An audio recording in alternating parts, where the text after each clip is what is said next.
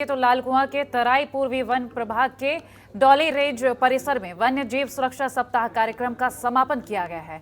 इस दौरान अतिथियों ने पौधे वितरण करते हुए पर्यावरण को हरा भरा बनाए रखने का संदेश दिया और वहीं सेंचुरी पेपर मिल और आदर्श विद्यालय बिंदु खत्ता स्कूल के छात्र छात्राओं ने वन्य जीव जागरूकता रैली निकालते हुए पॉलिथीन से होने वाले दुष्परिणामों के बारे में जागरूक किया है और वहीं परिणामों को लेकर ये जागरूकता की तस्वीरें और पर्यावरण को बचाए रखने की प्रतिज्ञा करते हुए हस्ताक्षर अभियान भी चलाया गया। इस दौरान मुख्य अतिथि के रूप में पहुंचे वरिष्ठ बीजेपी नेता मनोज पाठक ने कहा कि मानव जीवन में पर्यावरण संतुलन को बनाए रखने में वन्य जीवों का महत्व है।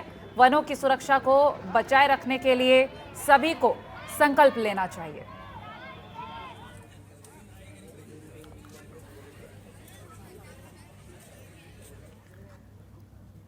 और चमोली गोपेश्वर के पास वन विभाग रेंज में इन दिनों वन्य जीव सप्ताह मनाया गया है और सप्ताह कार्यक्रम के तहत अलग अलग विद्यालयों में जाकर छात्र छात्राओं के बीच पर्यावरण और वन्य जीव संरक्षण को लेकर गोष्ठी की जा रही है। साथ ही कार्यक्रम के तहत विद्यालयों में छात्र छात्राओं को प्रोत्साहन के लिए पढ़ाई का सामान भी दिया गया है।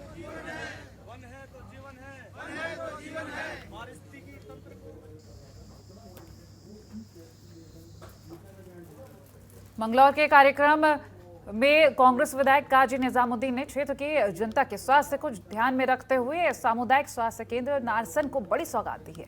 स्वास्थ्य विभाग की ओर से विधायक की तरफ से एक एम्बुलेंस भेंट की गई है जिससे क्षेत्र की जनता को बड़ा फायदा होगा। आपको बता दें कि सामुदायिक स्वास्थ्य केंद्र नारसन में गांव देहात क्षेत्र के मरीजों का इलाज किया जाता है, लेकिन स्वास्थ्य केंद्र के तहत आने वाले क्षेत्र में अगर कोई दुर्घटना हो जाती थी तो मंगलौर स्वास्थ्य केंद्र से एम्बुलेंस आने में काफी वक्त लग जाता था। दूसरी ओर गांव देहात में अगर किसी की तबीयत खराब हो जाती थी तब भी मंगलौर स्वास्थ्य केंद्र से एम्बुलेंस आने में वक्त लगता था, लेकिन अब इस समस्या का समाधान होता हुआ नजर आ रहा है।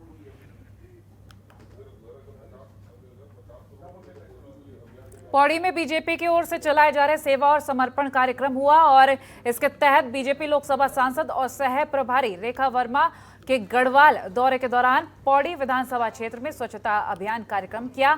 इसमें कई जगहों पर जाकर सफाई कर पॉलिथीन और कूड़े को साफ किया। इसके बाद लोकसभा सांसद उत्तराखंड सह प्रभारी रेखा वर्मा की ओर से पौड़ी सर्किट हाउस में पर्यावरण मित्रों को सम्मानित किया गया।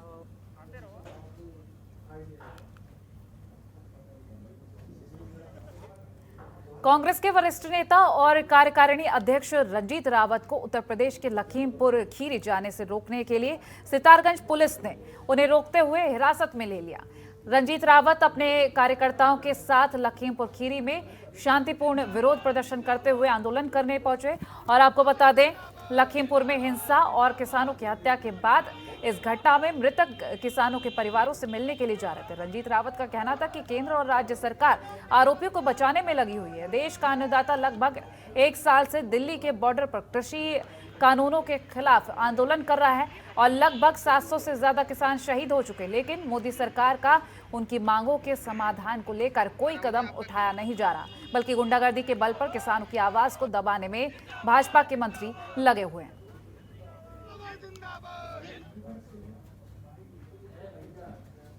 उधम सिंह नगर के जसपुर क्षेत्र की जनता को काफी समय से ऑक्सीजन की कमी से जूझना पड़ रहा था। ऑक्सीजन की कमी वाले मरीजों को ऑक्सीजन के लिए बाहर के अस्पतालों में ले जाना एक मजबूरी बनी हुई थी, लेकिन जसपुर सामुदायिक स्वास्थ्य केंद्र में जनता और क्षेत्र के लोगों की जरूरतों को ध्यान में रखते हुए ऑक्सीजन प्लांट लगाया गया है, जिसका लोकार्पण जिलाधिकारी रंजना राजगुरु ने किया, जिसमें पूर्व विधायक और वर्तमान विधायक समेत सभी स्वास्थ्य कर्मचारी मौजूद रहे।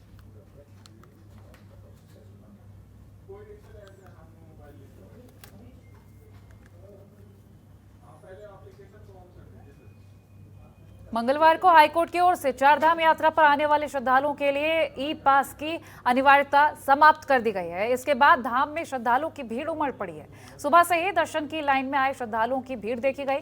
श्रद्धालु हरि नाम का जाप करते हुए दर्शन के लिए अपनी बारी का इंतजार करते नजर आए हैं। आपको बता दें कि आज सुबह 6 बजे तक करीब 250 श्रद्धालुओं ने भगवान बद्री विशाल के दर्शन किए हैं।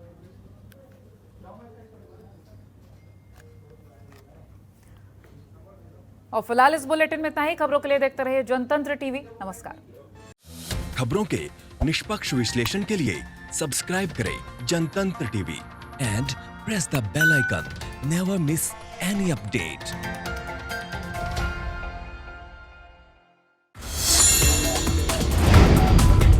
Download the Janatantra TV app, available on Google Play and App Store.